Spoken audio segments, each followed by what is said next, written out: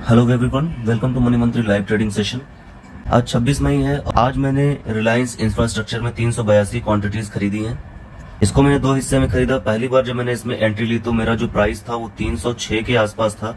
बाद में जब ये और गिरा तो मैंने 292.32 के आसपास, आप यहाँ पर देखिए 292.32 के आसपास मैंने इसमें और क्वांटिटीज ऐड करी है।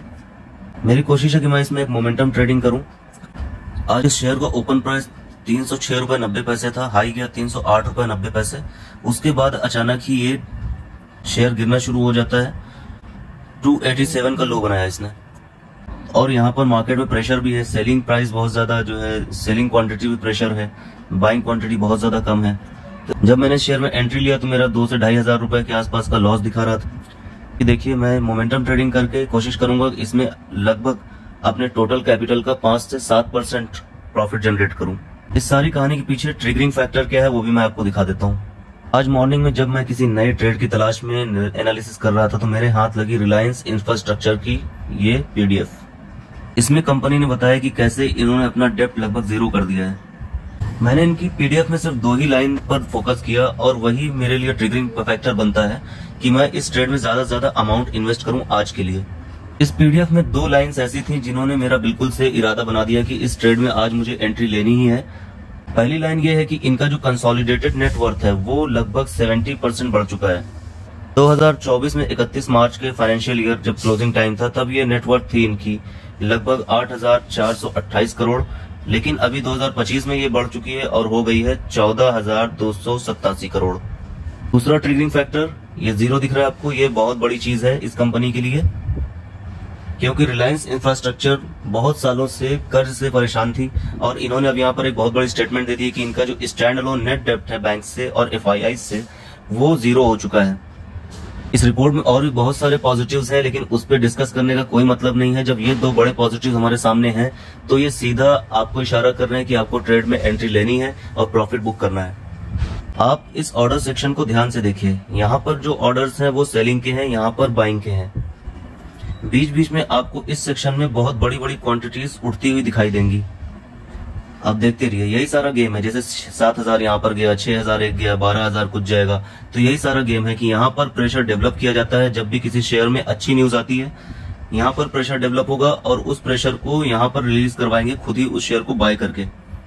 सारा खेल एक बार में नहीं होता है, वरना ये मार्केट सीधे अपर सर्किट लगा देगा। तो बिल्कुल धीमी आंच पर यह खिचड़ी पकाई जाती है ताकि रिटेलर्स को भनक भी न लगे और ये इधर का माल सारा इधर हो जाए।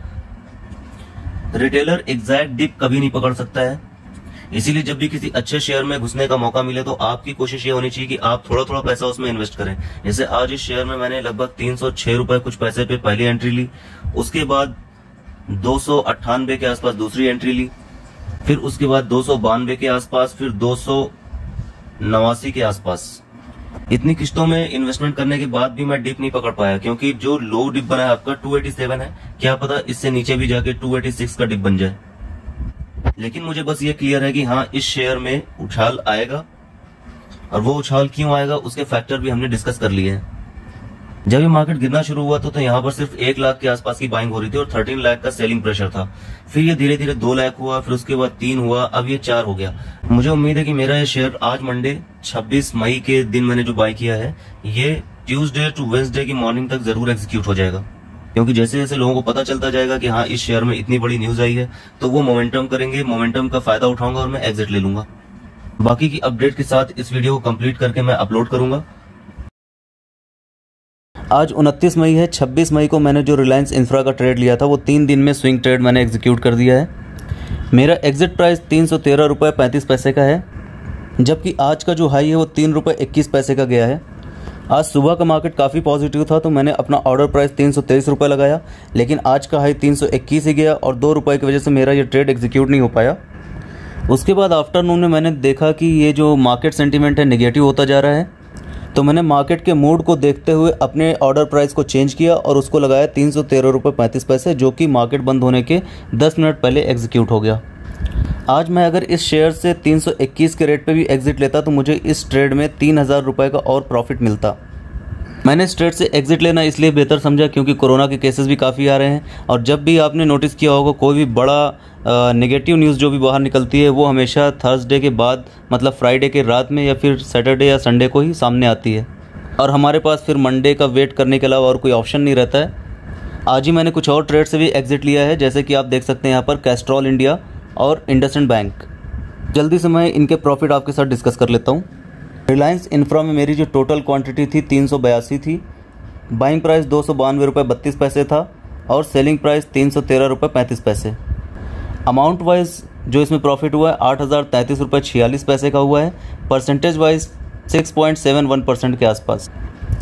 कैस्ट्रॉल में 3620 शेयर थे, बाइंग प्राइस 213 रुपये 22 पैसे था।